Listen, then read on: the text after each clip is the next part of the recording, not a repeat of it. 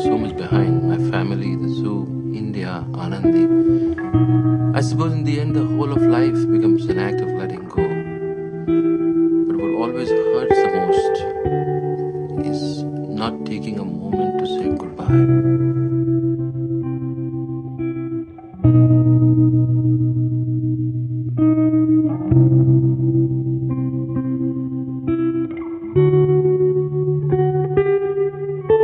Hello everyone, Namaste. Welcome to the another segment of video in which I try to aware you about degree, courses, program, etc.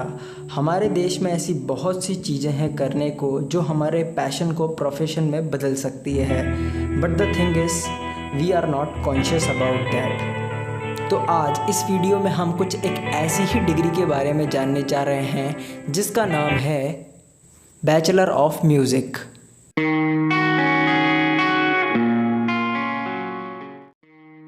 Let's open all the chapter of this music academic program. आइए सबसे पहले जानते हैं कि bachelor of music होता क्या है।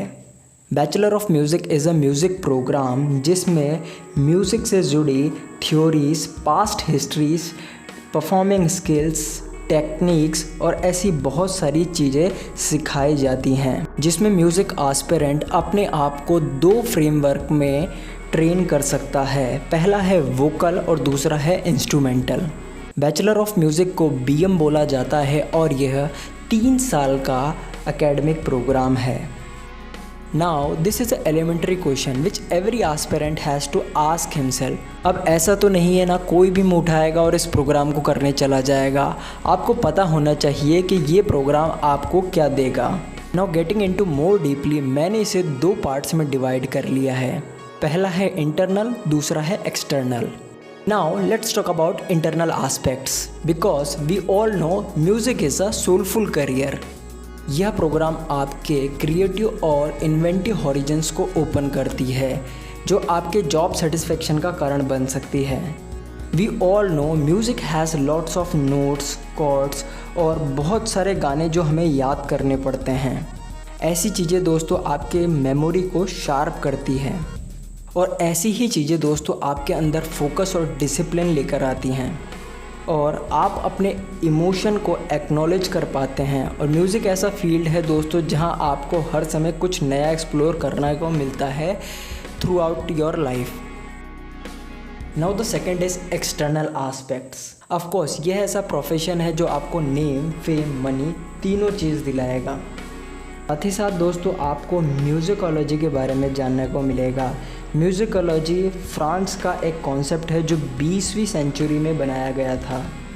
और साथ ही साथ आप क्लासिकल म्यूज़िक सीखेंगे जो आपको आपकी कल्चर और रूट से जोड़ेगा और आपको different kind of music genre explore करने को मिलेंगे जैसे hip hop, jazz, classical etcetera. और यह प्रोफेशन आपकी प्रेजेंटेशन स्किल्स पे तो काम करेगा ही और साथ ही साथ you have chance to collab with international artist. You can work either as a freelancer और साथ ही साथ आजकल गवर्नमेंट एजेंसीज भी म्यूज़िकल एस्पिरेंट्स को ढूंढती है for promoting their stuffs. The eligibility criteria for bachelor of music is आपको बस 50% से अपनी 12th पास करनी है और आपको थोड़ा सा प्रीवियस नॉलेज होना चाहिए रिलेटेड टू म्यूज़िक। बाकी डिग्रियों की तुलना में इसका कोर्स फी काफ़ी कम है, मतलब लगभग 24,000 से 1.5 लाख रुपया पर। National Centre for the Performing Arts NCPA, Indian Musicological Society IMS are responsible to handle all the musical programme in India. मतलब जितने भी सारे म्यूज़िकल प्रोग्राम कंडक्ट कराए जाते हैं या हैंडल किए जाते हैं वो ये दोनों अफिलिएटेड बॉडीज़ देखती हैं। अगर आपको और जानना है तो दोनों के बारे में गूगल कर लीजिए। नाउ लेट्स टॉक अबाउट कि आपको इसमें एडमिशन कैसे मिलेगा। 2 तरीके हैं दोस्तों इसके। पहला है डायरेक्ट एडमिशन और दूसरा है एंट्रेंस एग्ज़ाम के थ्रू। तो डायरेक्ट एडमिशन दोस्तों आपको, अगर आपने प्रीवियसली कुछ ऐसा कोर्स किया हुआ है म्यूज़िक से रिलेटेड तो आपको डायरेक्ट एडमिशन मिल सकता है संगीत नाटक अकेडमी जैसी इंस्टीट्यूट्स में।